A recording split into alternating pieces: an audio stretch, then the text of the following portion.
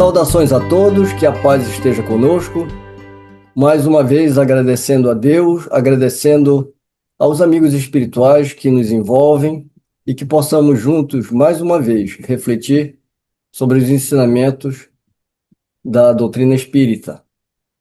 Hoje daremos continuação ao Evangelho segundo o Espiritismo.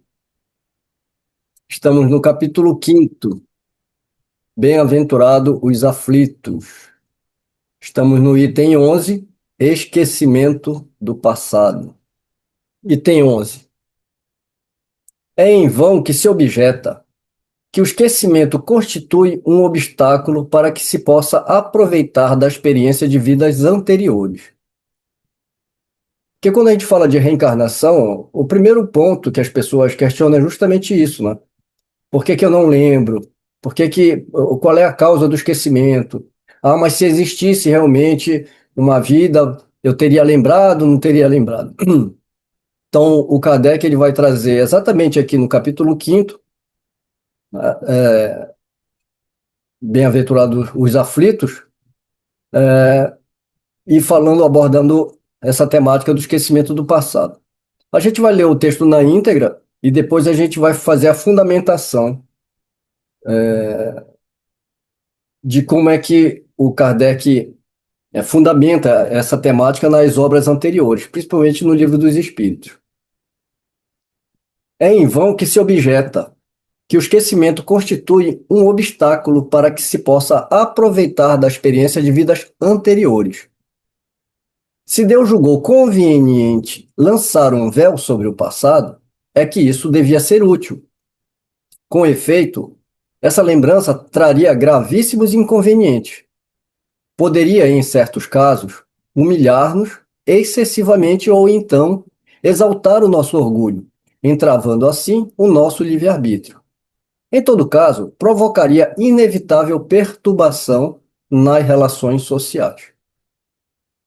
Frequentemente, o espírito renasce no mesmo meio em que já viveu, estabelecendo de novo relações com as mesmas pessoas, a fim de reparar o mal que lhes tenha feito.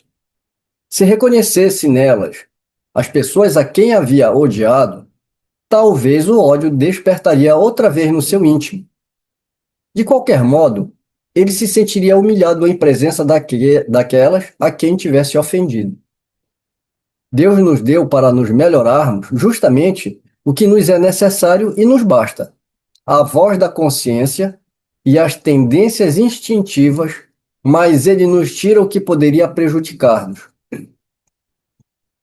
O homem traz consigo, ao nascer, aquilo que adquiriu. Nasce como se fez. Cada existência é, para ele, um novo ponto de partida. Pouco lhe importa saber o que foi antes. Se é punido, é porque fez o mal. Suas atuais tendências, mais, indicam o que lhe resta corrigir em si próprio. E é nisso que deve concentrar-se toda a sua atenção. Pois daquilo de que se corrigiu completamente, não restará mais nenhum sinal. As boas resoluções que tomou são a voz da consciência que o adverte do que é bem e do que é mal, dando-lhe forças para resistir às tentações. Ademais, o esquecimento ocorre apenas durante a vida corpórea. Retornando à vida espiritual, o espírito recobra a lembrança do passado. Trata-se, portanto, apenas de uma interrupção temporária, semelhante à que se dá na vida terrena durante o sono, e que não nos impede de lembrar no dia seguinte o que fizemos na véspera e nos dias precedentes. Não é somente depois da morte que o espírito recobra a lembrança do passado. Pode-se dizer que jamais a perde, pois a experiência demonstra que, mesmo encarnado, o espírito goza de certa liberdade durante o sono e tem consciência de seus atos anteriores. Sabe por que sofre e que sofre justamente.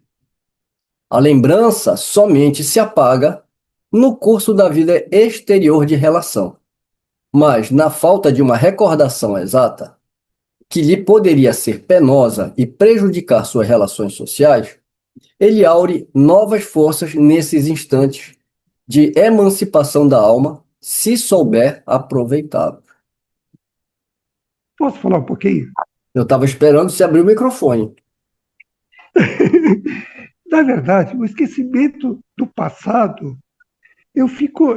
Em que sentido exatamente esse esquecimento do passado? Por quê? Porque nós, reencarnados, temos intuições, antipatias e simpatias. Ou seja, a gente tem um certo vislumbre, tá certo, das coisas, mas de maneira que não atrapalha, e somos distraídos pela dinâmica do dia a dia, ao mesmo tempo, certo? Para exatamente tirar aquela parte de prevenção, por exemplo. Então, na verdade, é um esquecimento tênue, como se tivesse uma grande nebulosidade. É assim que eu vejo. A ressignificação do Evangelho, ela não começa no Evangelho segundo o Espiritismo. A ressignificação, para a gente entender as passagens do Evangelho, né, e como parafraseando Kardec, né, para entender alguns pontos do Evangelho e das Escrituras, só são ininteligíveis por falta de uma chave, e essa chave está completa no Espiritismo. Isso está no início do Evangelho segundo o Espiritismo, mas quando ele fala isso, ele está se referindo à chave está onde? Essa mensagem está escrita no Evangelho segundo o Espiritismo, mas a chave não está aqui, a chave está lá no Livro dos Espíritos, que é o conhecimento de tudo que a gente está lendo aqui. Então, quando Kardec fala sobre o esquecimento do passado, olha quanta abordagem ele já fez. Então, vamos tentar aprofundar um pouquinho aqui e fiquem à vontade para dar os seus pareceres e me interrompendo aqui também. Então, começa a fundamentação toda sobre o esquecimento passado. Eu não vou trazer todas as questões aqui, senão vai tomar muito tempo. Mas toda a fundamentação sobre o esquecimento do passado está no Livro dos Espíritos, nas questões 392 a 399. Então vejamos. Aqui nós estamos no Livro dos Espíritos, exatamente na questão 392, que ele já vai fazer toda a base. Ou seja, nós estamos aqui lá no começo, né, da, da, do desenvolvimento da estrutura, né, do alicerce, da base do Espiritismo. Esquecimento do passado. Por que o espírito encarnado perde a lembrança do seu passado? Como pode o homem ser responsável por atos e resgatar faltas de que não se lembra? Nos mundos mais adiantados do que a Terra, onde não estão expostos a todas as nossas necessidades físicas e enfermidades, os homens compreendem que são mais felizes do que nós? Então, eu estou lendo só alguns trechos das perguntas aqui, só para a gente ver como ele aprofundou esse tema aqui. Né? Podemos ter algumas revelações sobre as nossas existências anteriores? Algumas pessoas julgam ter vaga lembrança de um passado desconhecido que lhes apresenta como uma imagem fugitiva de um sonho, que em vão se tenta deter. Essa ideia é apenas uma ilusão? Que cai bem do que você falou, né, Fernando? Sobre a gente ter um véu, né, um leve véu que a gente pode entrever. Então você vê que ele fundamenta. Então nós partiremos do princípio que nós já lemos e meditamos sobre essas questões que estão aqui trazidas. Quem ainda não o fez, né, eu convido para entender melhor o Evangelho segundo o Espiritismo, aprofundar nessa questão no Livro dos Espíritos. Aí o texto que nós estamos lendo aqui, ele vai ficar mais fácil de entender.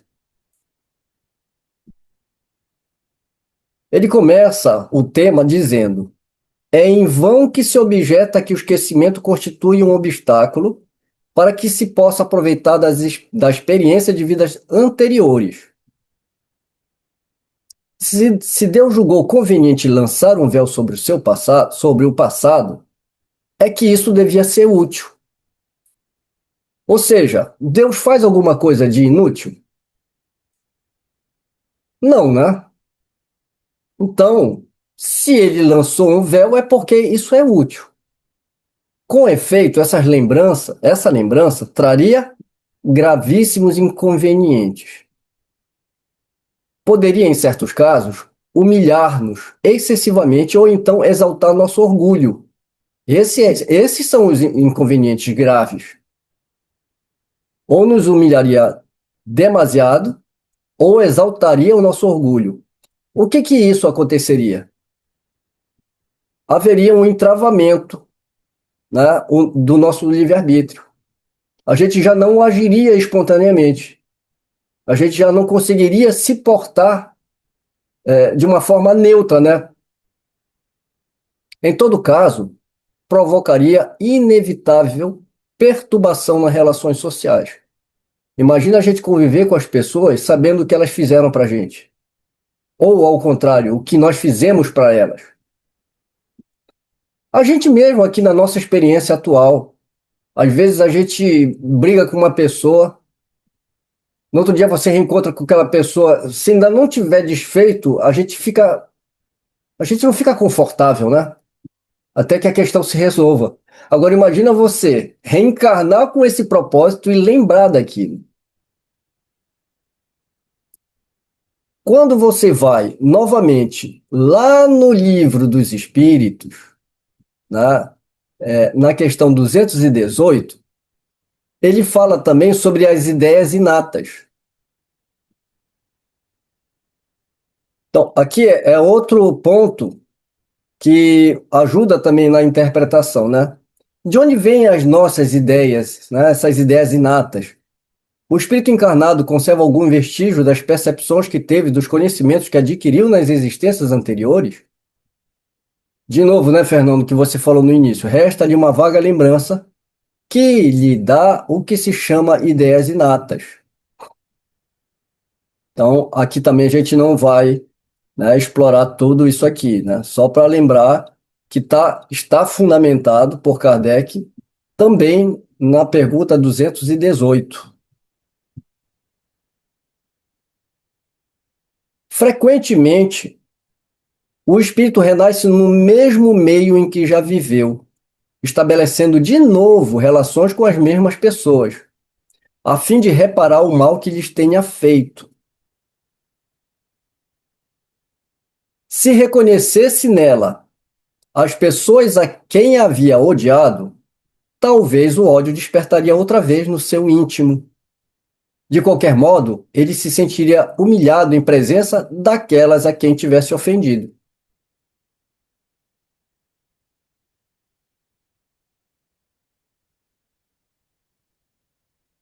Aqui também no Livro dos Espíritos, né?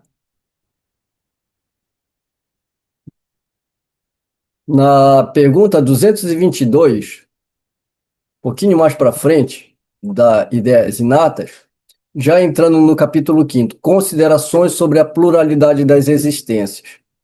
É um ensaio também onde Kardec ele vai abordar profundamente essa questão. Aqui nesse passo é o que a gente já havia comentado, né? Deus nos deu para nos melhorarmos justamente o que nos é necessário e nos basta. O que ele deu para nós que é necessário e que nos basta? A voz da consciência e as tendências instintivas, mas ele nos tira o que poderia prejudicar-nos. O homem traz consigo, ao nascer, aquilo que adquiriu. Nasce como se fez. Cada existência é, para ele, um novo ponto de partida.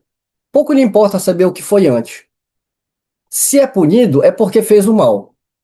Suas atuais tendências mais indicam o que lhe resta corrigir em si próprio. E é nisso que deve concentrar-se toda a sua atenção, pois daquilo que se corrigiu completamente não restará mais nenhum sinal. As boas resoluções que tomou são a voz da consciência que o adverte do que é bem e do que é mal, dando-lhe forças para resistir às tentações. Então, aqui também a gente vê claramente que nós, como espíritos, nós, como individualidades, nós carregamos todo o nosso conhecimento, é o nosso patrimônio, né? Então, quando ele fala, o homem nasce como se fez, ele traz consigo o que ele adquiriu. Se ele fez coisas más, ele vai passar pelas provas que ele precisa para corrigir. É o que a gente já conhece: arrependimento, né, provas, expiações. Então, qual é a causa da atual aflição? Não, mas eu não fiz nada. Né? Uma criança pode dizer isso, né? Não, mas então, causas anteriores. É disso que a gente está falando.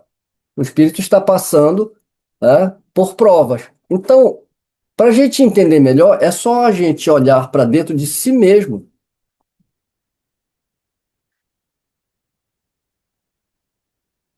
e analisar as nossas atuais tendências. As nossas tendências mais indicam que a gente tem que corrigir. Porque o que a gente já corrigiu não tem mais nenhum sinal. Mas o que a gente, apesar de não ter mais sinal nenhum, significa que nós temos uma virtude. E essas boas resoluções que nós tomamos é a voz dessa virtude que nós adquirimos, que nos indica o que é bom e o que é mal. Ademais, o esquecimento ocorre apenas durante a vida corpórea. Ele está falando sobre a individualidade, né? Sobre o espírito. Então, o espírito, quando ele está desencarnado, ele retoma o conhecimento de suas vidas passadas e ele sabe se situar. E esse esquecimento é apenas na encarnação que nós estamos passando para que nós possamos ter mais liberdade para atuar, né? Retornando à vida espiritual, o espírito recobra a lembrança do passado. E aqui a gente tem que ter cuidado, porque o Kardec está falando de uma maneira geral. Há espíritos que demoram para recobrar, têm dificuldades, tem aqueles que não têm, aqueles que recobram uma grande, né, a parte das suas lembranças, outros que não lembram de tudo, então depende também do estado evolutivo daquele espírito, né?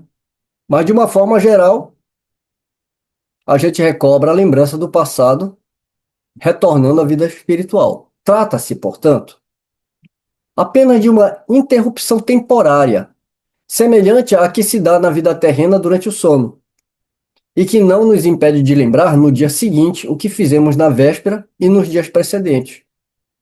Interessante, né, a analogia que ele faz aqui, né? Não é somente depois da morte que o espírito recobra a lembrança do passado. Pode-se dizer que jamais a perde, pois a experiência demonstra que, mesmo encarnado, o espírito goza de certa liberdade durante o sono e tem consciência de seus atos anteriores. Sabe por que sofre e que sofre justamente. A lembrança somente se apaga no curso da vida exterior de relação.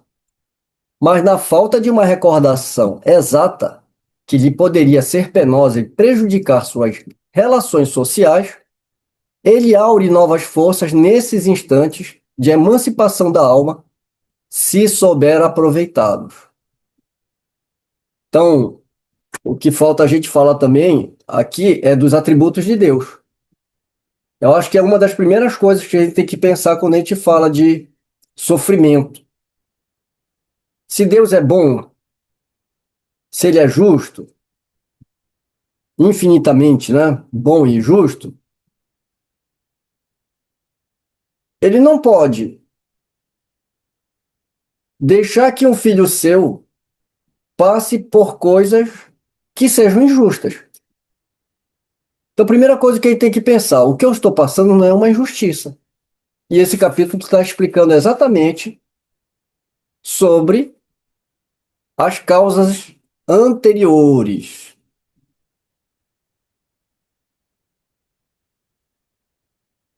No capítulo 8º do Céu e Inferno,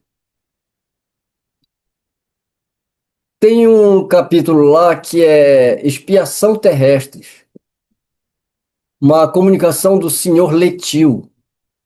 Eu trouxe só um trecho da comunicação que esse espírito dá, que é bastante longa, mas é que eu só fiz um recorte, né? E ele diz: ó, vós, filhos da nova doutrina, às vezes dizeis: nós não nos lembramos do que fizemos anteriormente, razão porque não podemos evitar os erros a que nos expomos pelo esquecimento do passado. Ó, meus irmãos, dai graças a Deus. Se ele mantivesse em vós a lembrança do passado, não teríeis tranquilidade alguma na terra. Perseguidos incessantemente pela vergonha e pelo remorso, poderias ter um momento de paz sequer? O esquecimento é uma bênção. A lembrança, neste caso, é uma tortura. Em mais alguns dias, como recompensa pela paciência com que suportei minhas dores, Deus há de conceder-me o esquecimento da falta. Eis a promessa que o meu bom anjo acaba de fazer. Então, aqui, o senhor Letil, ele está se preparando para uma reencarnação. Agora que ele já é senhor de si, ele viu as faltas que ele cometeu, se arrependeu e se preparou para novas provas, é como ele fala, o esquecimento é uma bênção, e ele está se preparando para uma nova experiência na Terra para reparar os erros que ele cometeu naquela encarnação. E, finalmente, no capítulo 11º da Gênese, lá na Gênese espiritual, que eu também fiz um recorte, porque é longo, né? Começa no item 21. Aí a gente vai para o 22 e um trechinho só inicial do 23, porque eu achei que ficaria mais completo o raciocínio. Na Gênese espiritual, no item 21, mas, ao mesmo tempo que o espírito recobra a consciência de si mesmo, perde a lembrança do seu passado, ou seja, está falando na reencarnação, né? Sem perder as faculdades, as qualidades e as aptidões adquiridas anteriormente. Aptidões que haviam ficado temporariamente em estado latente e que, retomando sua atividade, vão ajudá-lo a fazer mais e melhor do que fizera antes. Ele renasce como se fez por seu trabalho anterior. Isso aqui não bate com o que está lá no Evangelho? Ele se faz a si mesmo. Ele renasce como se fez por seu trabalho anterior. É para ele um novo ponto de partida, um novo degrau a subir. Aqui ainda se manifesta a bondade do Criador, porque a lembrança de um passado muitas vezes penoso ou humilhante, juntando-se às amarguras de sua nova existência, poderia perturbá-lo e criar-lhe impedimentos. Ele se lembra apenas do que aprendeu, porque lhe será útil. Se por vezes conserva uma vaga intuição dos acontecimentos passados, é como a lembrança de um sonho fugidio. É um homem novo, qualquer que seja a idade do seu espírito. Adota novos modos de proceder, ajudado pelo que tem adquirido. Tão logo retorna à vida espiritual, seu passado se desenrola a seus olhos e avalia se empregou bem ou mal o seu tempo. Por isso, não há solução de continuidade na vida espiritual, apesar do esquecimento do passado. O espírito é sempre ele, antes, durante e depois da encarnação, pois ela é só uma fase especial de sua existência. Esse esquecimento ocorre apenas durante a vida exterior de relação. Durante o sono, o espírito parcialmente desligado dos laços carnais, restituído à liberdade e à vida espiritual, se lembra. Sua visão espiritual não está tão obscurecida pela matéria. Considerando a humanidade no menor grau da escala intelectual, entre os selvagens mais atrasados, cabe perguntar se esse é o ponto de partida da alma humana. Aqui já vai enveredar, né, por outros assuntos. Bem, a gente está lendo um trecho da Gênese, que é o último livro de Kardec. E quando a gente está estudando a Gênese, vale a mesma coisa para todas as obras, como é o que a gente está fazendo aqui. A gente pegou trechos anteriores, porque a base está lá no Livro dos Espíritos, para entender o Evangelho. Assim como você chega lá na Gênese, se você estudou bem a codificação, você já vai ter lembrança desse trecho da Gênese espiritual de todos os ensinamentos, desde o Livro dos Espíritos, passando pelo, pelo Evangelho segundo o Espiritismo. E olha que eu nem trouxe aqui os artigos da Revista Espírita, porque, na verdade, a intenção não é de encher aqui onde que está, mas para a gente entender que quando você vai para esse texto e tem toda essa base já formada, aí o Evangelho começa a tomar outra cor. Quando a gente está fazendo o nosso estudo de Evangelho, que a gente traz um pouco do conhecimento da cultura judaica, que a gente traz um pouco da interpretação, né, da Torá, feita por outros estudiosos, eu costumo dizer que o Evangelho de preto e branco ele começa a tomar cor, não é isso? Eu sempre falo. Mas aqui também se dá o mesmo. Quando você vê um trecho que não tem como você interpretar, senão com a base dos princípios da doutrina espírita, você continua vendo em preto e branco, porque você está fazendo uma interpretação dogmática. Aí o texto começa a ficar mais claro. Você entende por que que tem o esquecimento, e esse esquecimento ele não é total, de uma certa forma ele é parcial. Então, até nisso, a providência divina trabalha. Porque muitas vezes, quando nós precisamos nos lembrar de alguma coisa que é justo, que vai nos auxiliar no nosso processo nessa encarnação, a gente tem as intuições. Às vezes a gente tem até sonhos, né? Lembrança de outras vidas, que está relacionado até ao momento da nossa vida que a gente está passando, né? Como quem diz, olha o que aconteceu lá atrás, como um alerta, né? Tem uma curiosidade, é uma coisa só para acrescentar. Como eu estou lendo o livro do Campbell, que eu estou adorando, tem uma narrativa, o registro mais antigo de uma narrativa da passagem pelos portões da metamorfose é um mito sumério, na descida da deusa Inanna ao mundo inferior. E essa Inanna tem uma outra irmã. Ela é a luz e a outra irmã do mundo inferior é a sombra, a escuridão. E aí ele explica as duas irmãs, luz e escuridão, respectivamente, juntas representam, de acordo com a antiga maneira de simbolização, uma só deusa em seus dois aspectos. E aí ele termina, ele descobre então que o seu oposto não é. Aí a pessoa, né, vai trabalhando, né, o herói descobre que seu oposto não é uma espécie diferente, mas é uma só carne. Então, esse negócio da reencarnação, das provações, da necessidade da iluminação, é muito, muito, muito, muito, muito, muito antigo, né? E que ao longo do tempo a humanidade foi esquecendo devido, né, a esse dogmatismo que a igreja impôs à humanidade, né? Por isso a Idade Média, Idade das Trevas, foi um atraso para nós, né? Para nós do Ocidente, né? Não do Oriente. É porque é o que a gente vem estudando e conversando a respeito dessa temática sobre reencarnação. É.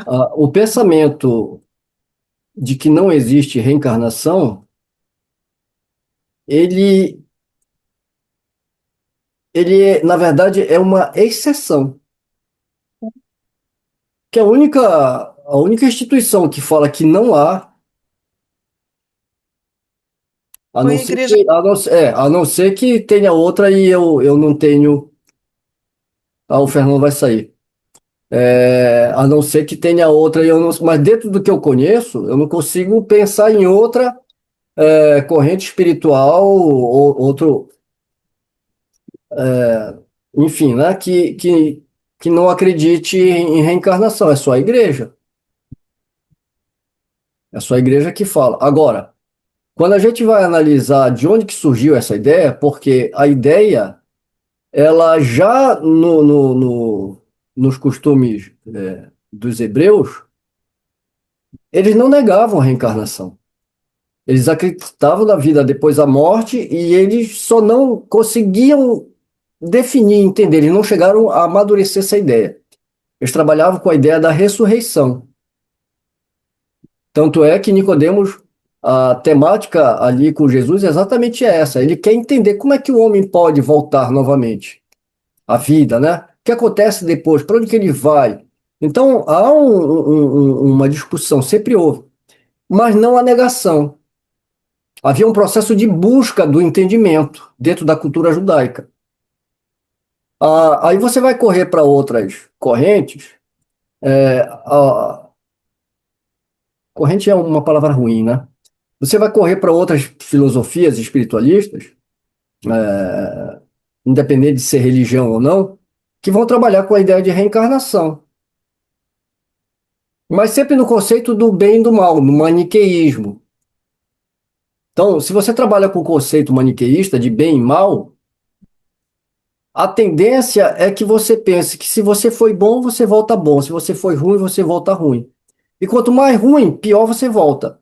Daí a ideia, né, de você, da transmigração, né, de você tornar a voltar, mas não em corpos humanos, né? É uma ideia também, que faltava ser amadurecida, mas que parou ali.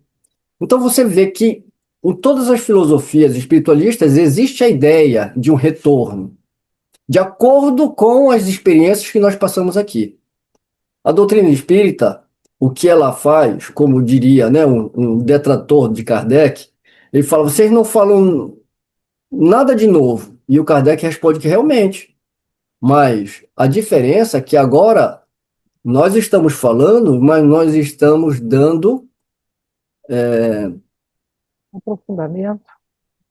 Nós estamos dando a explicação para esses fatos.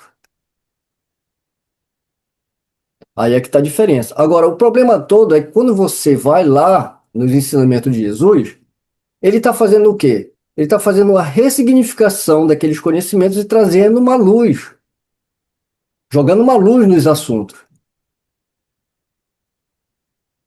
Aí próximo do século IV, né, depois da morte dele, século terceiro para quarto, vem Constantino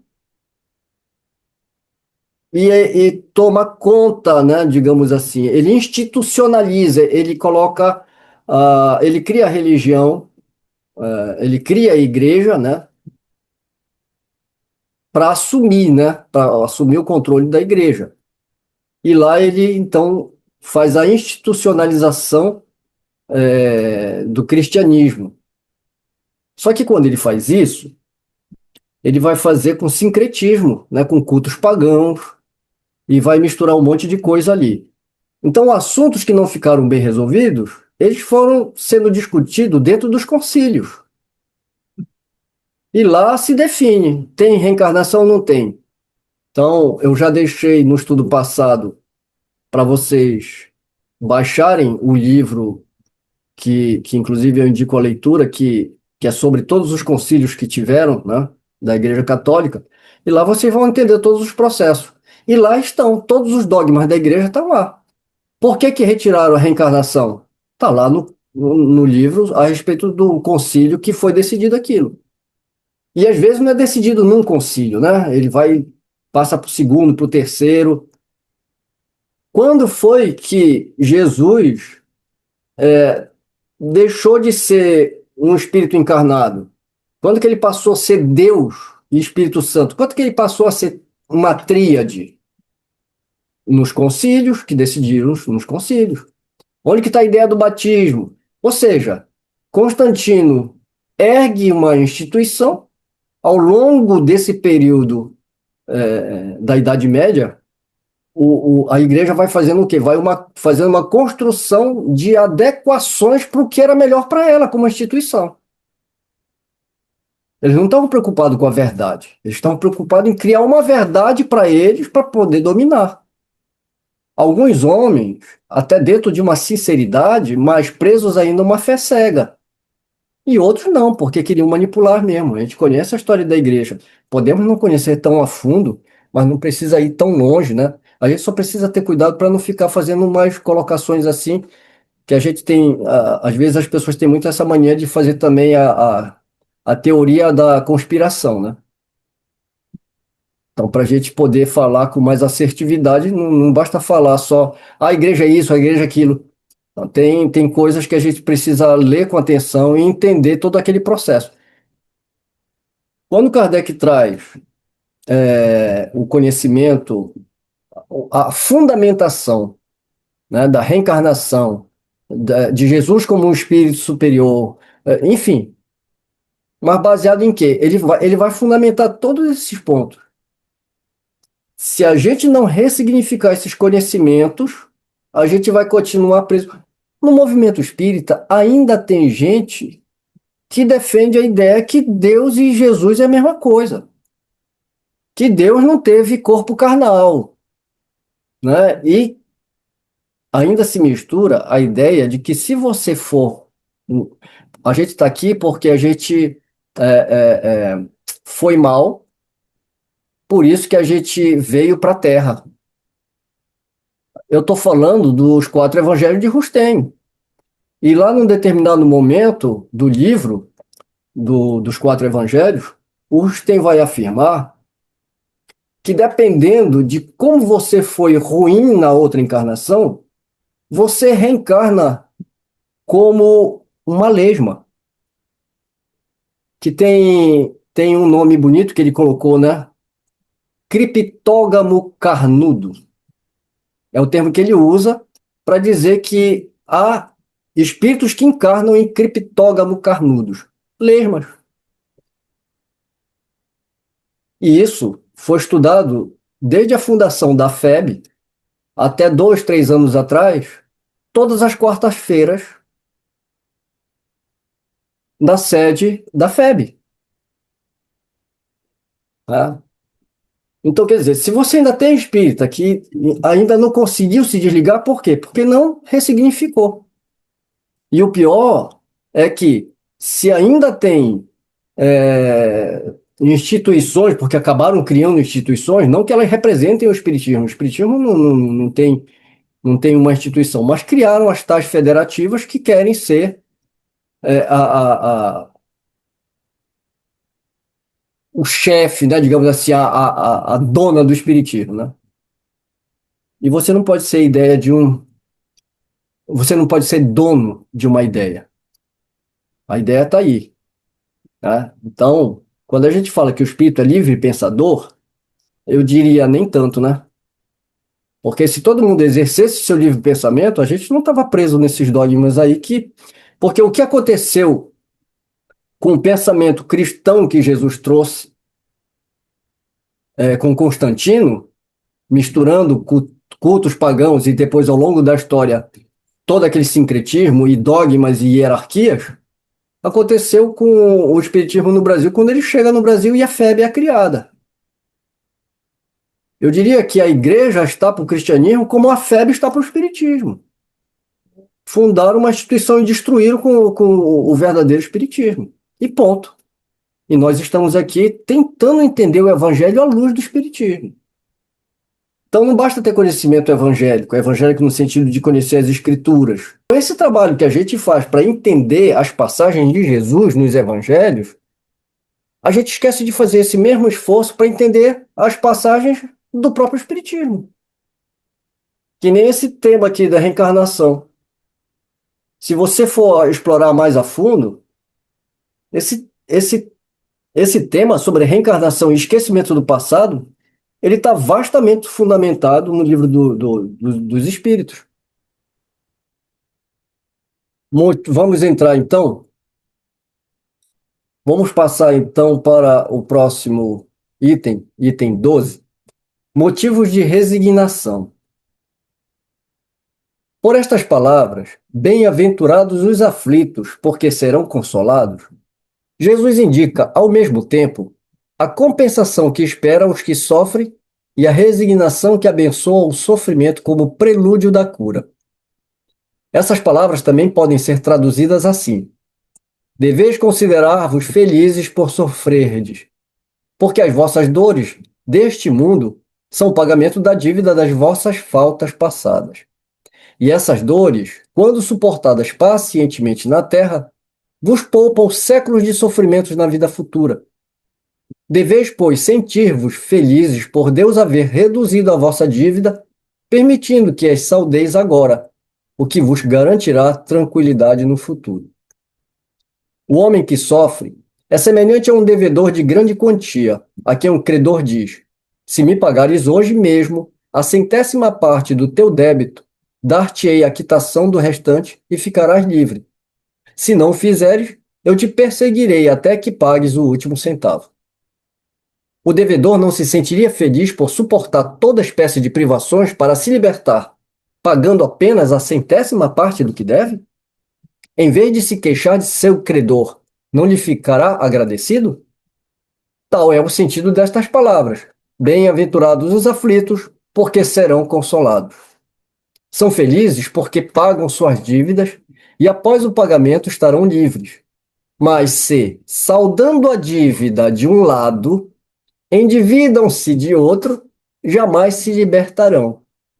Ora, cada nova falta aumenta a dívida, porque não há uma só delas, qualquer que seja, que não traga consigo a própria punição, necessária e inevitável. Se não for hoje, será amanhã. Se não for nesta vida, será em outra. Entre essas faltas, devemos colocar em primeiro lugar a falta de submissão à vontade de Deus. Logo, se murmuramos nas aflições, se não as aceitarmos com resignação e como algo que devemos ter merecido, se acusarmos a Deus de ser injusto, contraímos nova dívida, que nos faz perder o fruto que devíamos colher do sofrimento. É por isso que teremos de recomeçar absolutamente como se, a um credor que nos atormente, pagássemos uma quantia e a tomássemos de novo por empréstimo.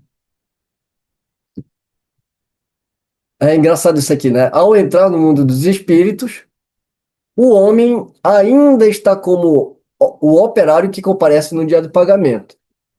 A uns dirá o patrão: eis o prêmio dos teus dias de trabalho.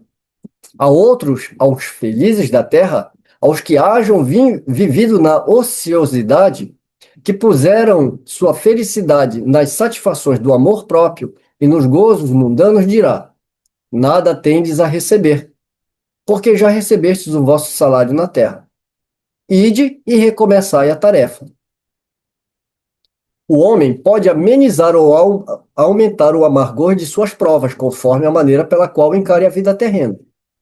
Tanto mais sofre, quanto mais longa ele considera a duração do sofrimento. Ora, aquele que se coloca do ponto de vista da vida espiritual, abarca a vida corpórea num piscar de olhos. Ele a vê como um ponto no infinito, compreende a sua brevidade e reconhece que esse momento penoso passará bem depressa. A certeza de um futuro próximo mais feliz o sustenta e o encoraja, e em vez de se queixar, agradece ao céu as dores que o fazem avançar. Para aquele, ao contrário, que apenas vê a vida corpórea, esta lhe parece interminável e a dor o oprime com todo o seu peso. O resultado daquela maneira de encarar a vida nos leva a dar menos importância às coisas deste mundo, compelindo o homem a moderar seus desejos e a contentar-se com a sua disposição, sem invejar a dos outros, atenuando a impressão moral dos reveses e das decepções que experimenta. Daí ele aure uma calma e uma resignação tão úteis à saúde do corpo quanto à da alma, ao passo que, com a inveja, o ciúme e a ambição, se entrega voluntariamente à tortura e aumenta as misérias e as angústias de sua curta existência. Bem, vamos Não, então, vamos vamos, lá. vamos lá, vamos analisar aqui, né, dentro do que a gente pôde trazer, até mesmo pensando no nosso tempo, mas vamos tentar aprofundar um pouquinho, né, esse pensamento, motivos de resignação. Bem, eu já coloquei aqui de início, né, a fundamentação para esse tema, o motivo da resignação. A base toda é o Livro dos Espíritos. E lá no Livro dos Espíritos, Justiça da Reencarnação, na pergunta 171, eu trouxe um trechinho aqui para a gente já iniciar as nossas reflexões. Aqui eu fiz um corte da 171, tá? A doutrina da reencarnação, isto é, a que consiste em admitir para o homem muitas existências sucessivas, é a única que corresponde à ideia que fazemos da justiça de Deus, com respeito aos homens de formação moral inferior. A única que pode explicar o futuro e firmar as nossas esperanças, pois que nos oferece os meios de resgatarmos os nossos erros mediante novas provações. Então, mais uma vez, por que nós evocamos aqui a ideia de justiça, né? Justamente porque senão, se há injustiça, não pode haver Deus. Para Deus ser Deus, ele tem que ser infinitamente bom e justo. Aliás, os atributos de Deus é uma coisa tão limitante, né?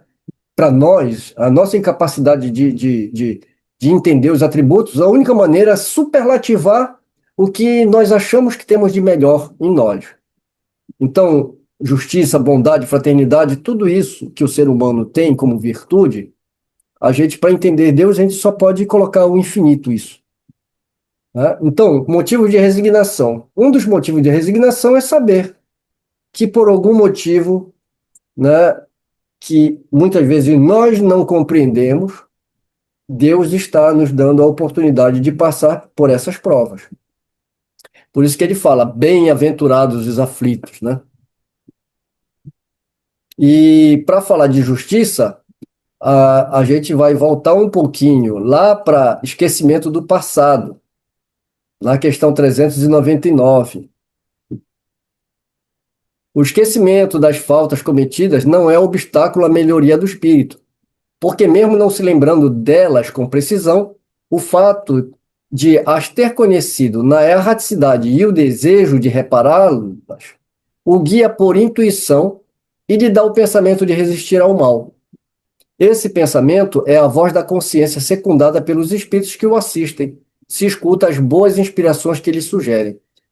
Então, isso daqui serve tanto para o item anterior como para esse motivo de resignação. Né? A gente também compreendendo essas justiças. E também, né, na questão 262, que a gente deixou aqui só como uma referência. Mas quando a gente lê aqui, por estas palavras, bem-aventurados os aflitos, aqui no segundo parágrafo ele fala, essas palavras, bem-aventurados os aflitos, podem ser traduzidas assim.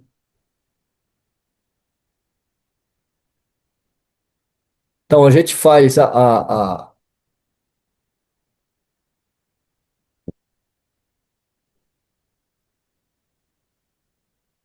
né, por estas palavras, bem-aventurados os aflitos, podem ser traduzidas assim. Então, porque a gente ouve muitas vezes isso, né? Bem-aventurados os aflitos, parece até que é uma apologia, né, ao sofrimento, né? Então, como é que a gente pode entender bem-aventurados os aflitos? Ela pode ser traduzida assim: deveis considerar-vos felizes por sofrerdes, porque as vossas dores deste mundo são o pagamento da dívida das vossas faltas passadas. E essas dores, quando suportadas pacientemente na terra, vos poupam séculos de sofrimentos na vida futura. Deveis, pois, sentir-vos felizes por Deus haver reduzido a vossa dívida, permitindo que a saudeis agora, o que vos garantirá tranquilidade no futuro. E aqui, logo em seguida, ele vai fazer aquela analogia, né, com aquele credor que fala, olha, você tem uma dívida comigo, paga aí uma centésima parte aqui que você ficará livre. Então, ele faz a analogia exatamente. Esse senhor não está sendo muito bom com o seu credor, né?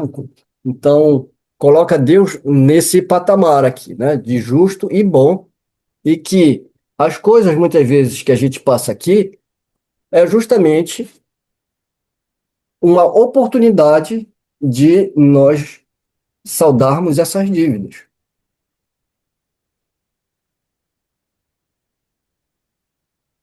Tal é o sentido dessas palavras. Bem-aventurados os aflitos, porque serão consolados. São felizes porque pagam suas dívidas, e após o pagamento estarão livres. Mas aqui que é o ponto, né? Aqui que é o ponto que eu acho importante a gente também analisar. Que ele fala assim: tá, a gente está saldando uma dívida. Mas se por um lado eu vou me endividar do outro, a gente jamais vai se libertar. Então a gente vem aqui, consegue se livrar de uma, né? Mas continua errando em outra área, né? Só que por quê? Porque não basta vir aqui e reparar o mal feito lá atrás. Importa também a gente continuar trabalhando no bem e melhorar os outros pontos que a gente tem. Então, se a cada nova falta que a gente faz, a gente vai recair o quê? No mesmo processo, porque a cada nova falta aumenta a dívida. Porque não há uma só falta, por menor que seja, que não traga consigo a própria punição, necessária e inevitável. Se não for hoje, será amanhã. Você sabe que eu acho terrível que tem gente que se utiliza dessa passagem para falar: Deus está vendo, fulano não está sofrendo agora, mas Deus está vendo, ele vai sofrer lá na frente. Como se Deus é que estivesse infligindo a punição. A leitura que a gente está vendo não tem um Deus punindo-nos. Tem um Deus que estabelece leis que, quando nós quebramos essas leis, nós assumimos uma responsabilidade com as consequências dessa falta. Então, quando a gente vem restaurar essa falta, saldar essa dívida, não é Deus que chegou e fala: quanto é que você quer aí, né? Pega um cartão de crédito. Deus não é Casas Bahia, né? Que força o indivíduo a comprar os negócios a 36 parcelas, depois o cara não dá conta de pagar. Não, Deus não faz propaganda, né, dos seus produtos. Deus estabelece leis, e de acordo com o andamento dentro dessas leis, né, nós temos a punição, mas também nós colhemos também o fruto, né, de quando a gente consegue passar por todas essas provas. Então, para a justiça de Deus ficar mais completa, quando a gente vai para o Livro dos Espíritos, na questão 262, qual é a temática lá? Escolha das provas.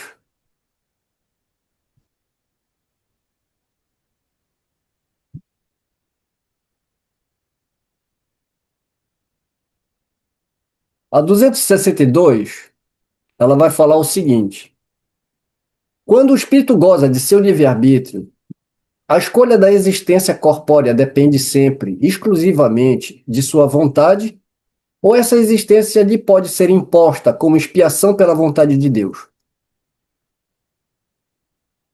A gente não está falando que não é Deus que está punindo, né? Então a pergunta é essa, né? Quando o espírito tem seu livre-arbítrio, a escolha depende sempre da sua própria vontade, ou pode ser uma coisa imposta como expiação pela vontade de Deus? Olha a resposta. Deus sabe esperar. Não apressa a expiação. Entretanto, pode impor determinada existência a um espírito quando este, por sua inferioridade ou má vontade, não está apto a compreender o que lhe seria mais benéfico. E quando vê que tal existência pode contribuir para a sua purificação e, ao mesmo tempo, servir-lhe de expiação.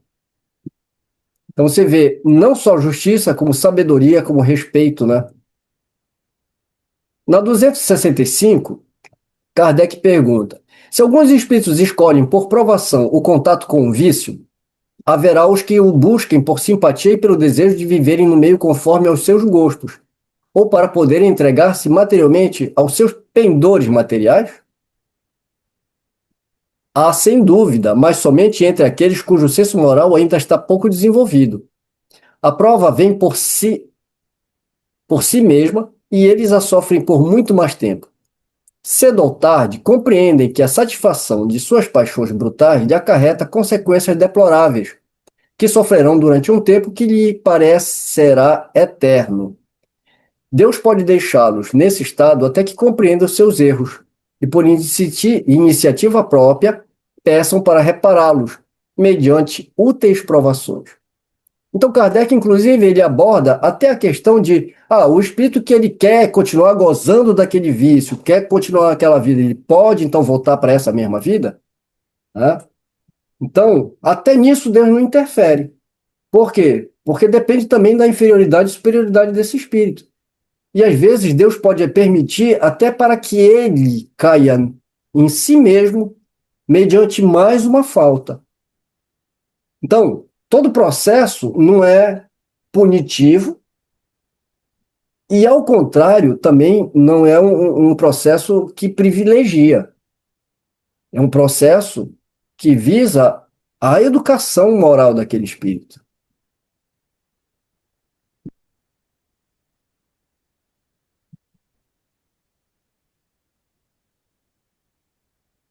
Livro dos Espíritos, questão 921, onde Kardec discute felicidade e infelicidade relativas. Porque a gente fala muito, o fulano está feliz, é infeliz, as vicissitudes, perdão, vicissitudes não, as aflições, né? Aqui nós retiramos só um trecho dessa questão. O homem que se acha bem compenetrado de seu destino futuro não vê na vida corpórea mais do que uma estação temporária. É como uma parada momentânea numa hospedaria precária. Consola-se facilmente de alguns aborrecimentos passageiros de uma viagem que deve conduzi-lo a uma posição tanto melhor, quanto melhor tenha cuidado dos preparativos para realizá-la. Somos punidos já nesta vida pelas infrações que cometemos às leis que regem a existência corpórea, por meio dos males decorrentes dessas mesmas infrações e dos nossos próprios excessos. Se remontarmos pouco a pouco à origem do que chamamos nossas desgraças terrenas, veremos que, na maioria dos casos, são a consequência de um primeiro afastamento do caminho reto. Em virtude desse desvio, enveredamos por outro, mal, e de consequência em consequência, caímos na desgraça. Então, sempre fazendo uma analogia a Kardec também, né? Assim como Deus fazia as analogias através das parábolas, né? Ele sempre contava uma história, fazia uma comparação, o Kardec faz a mesma coisa, mostrando, né, que nós temos uma perfeita autonomia e que muito longe a ideia de um Deus punitivo, um Deus que quer ver a gente sofrer e que impõe castigos, né? A cada pequena erro, a cada pequeno deslize que nós cometemos. Não, não é Deus que pune. Ao contrário, né? Nós estamos sofrendo as consequências das nossas escolhas.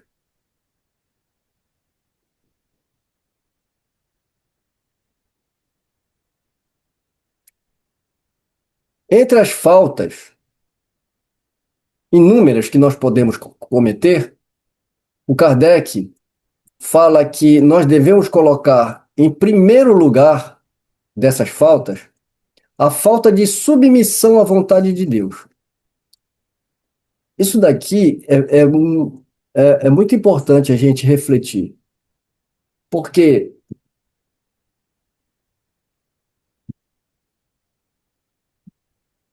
quando a gente começa a se sentir injustiçado, independente do que aconteceu conosco, e a gente passa a tentar um revide, a gente tenta fazer justiça com as próprias mãos, o que a gente, implicitamente, a gente está fazendo? A gente não está se submetendo à vontade de Deus. A gente está, então, pensando que Deus é um cara injusto. Então, não adianta esperar uma justiça de um Deus que não faz nada. Olha o que aconteceu comigo. Eu não procuro entender o porquê que aconteceu comigo. E muitas das dificuldades é porque se a pessoa não acredita em reencarnação, ela não tem nem como falar foi de outra vida.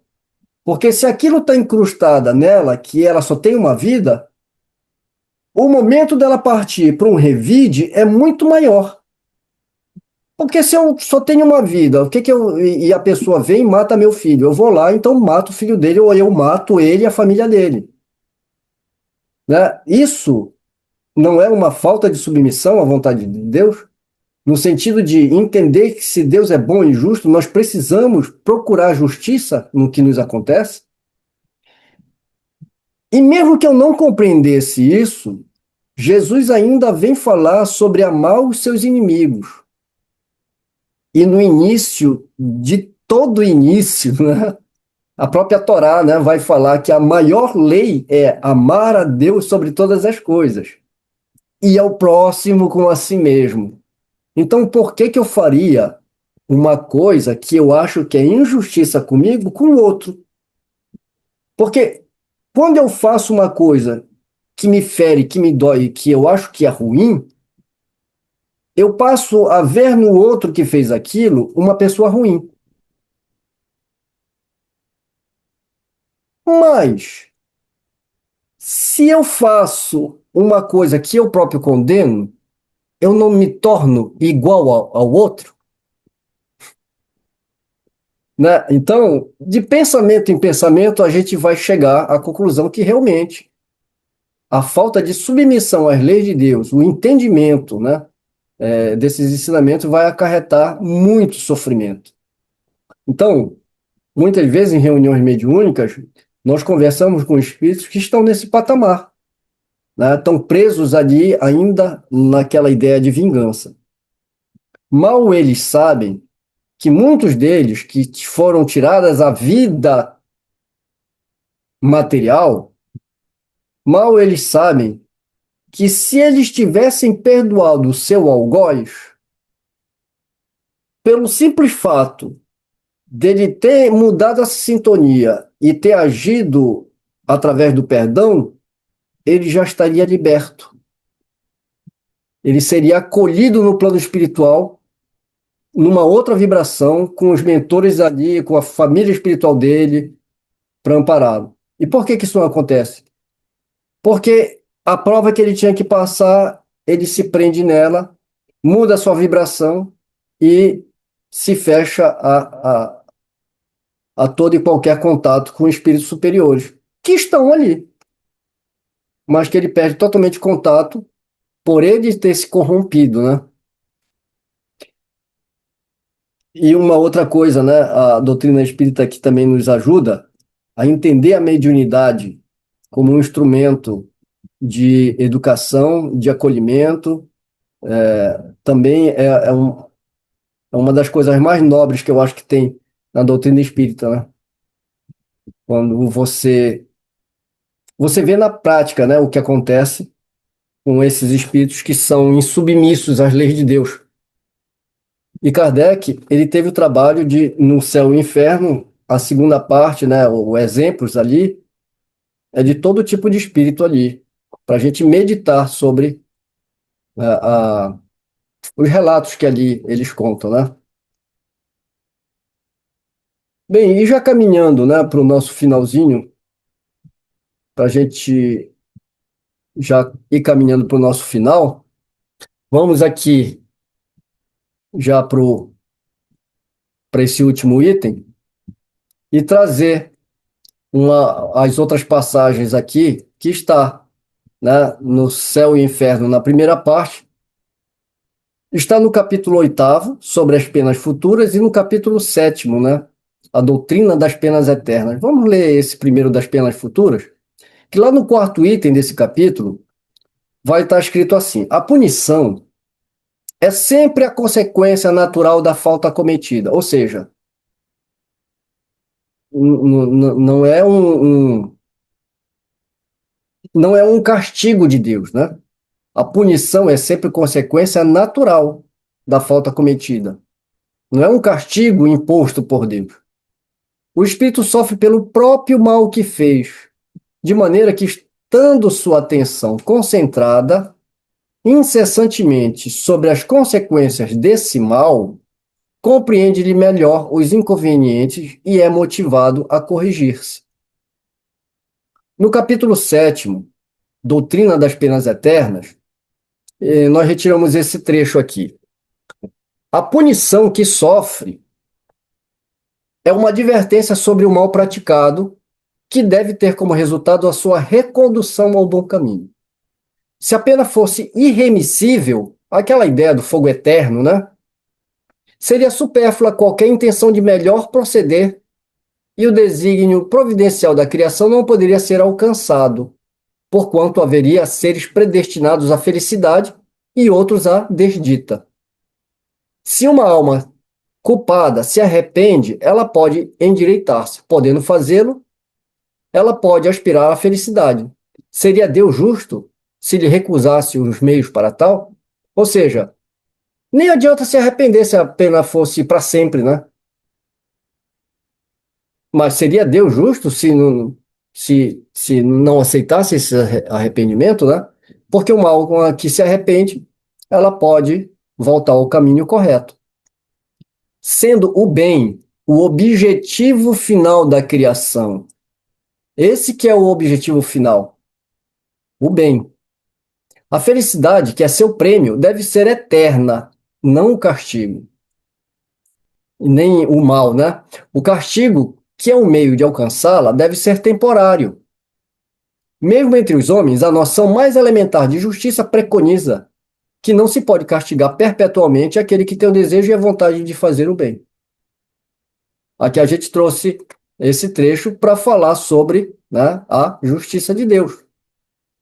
E aqui, para a gente encerrar nos nossos comentários, eu trouxe a passagem que está em A Gênese, lá no primeiro capítulo, Natureza da Revelação Espírita. Nós retiramos aqui do item 30 do primeiro capítulo de A Gênese. Olha só, o Espiritismo, cujo ponto de partida está nas próprias palavras de Cristo, como Cristo partiu das de Moisés, é uma consequência direta de sua doutrina. A ideia vaga da vida futura, ele acrescenta a revelação da existência do mundo invisível que nos cerca e povoa o espaço, e assim dá forma precisa à crença, dá-lhe corpo, consistência, realidade ao modo de pensar.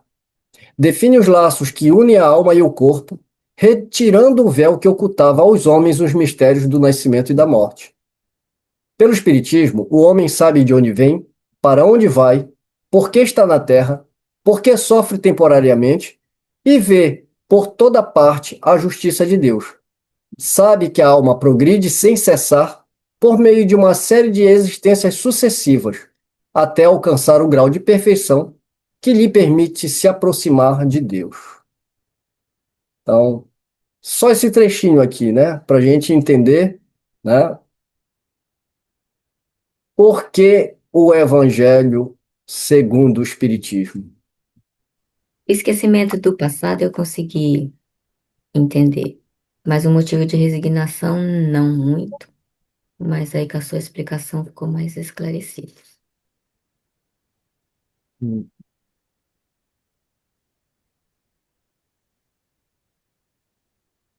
Não são coisas fáceis, né?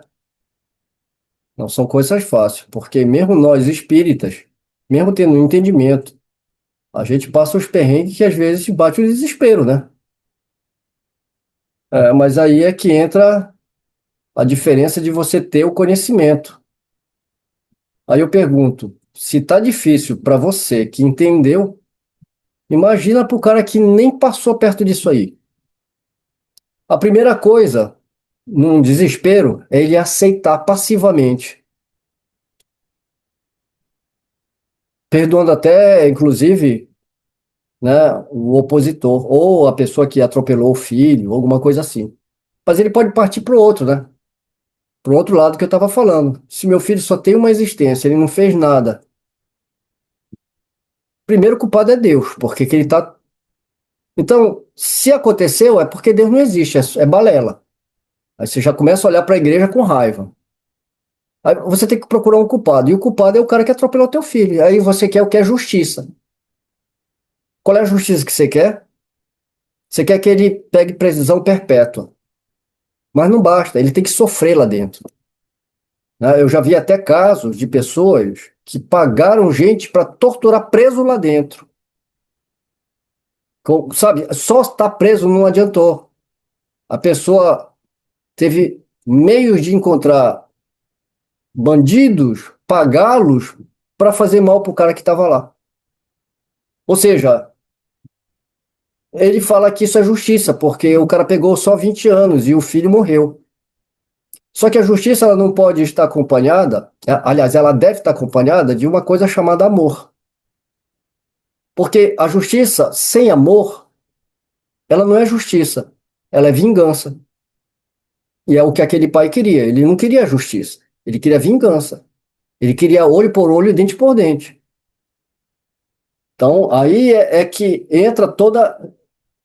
Como eu falei, se está difícil para a gente que entende, né? Então, essa parte da resignação é a mais difícil. Entender o esquecimento é fácil, né, Saíl? Duro é praticar a resignação, né? Não, não é fácil, né?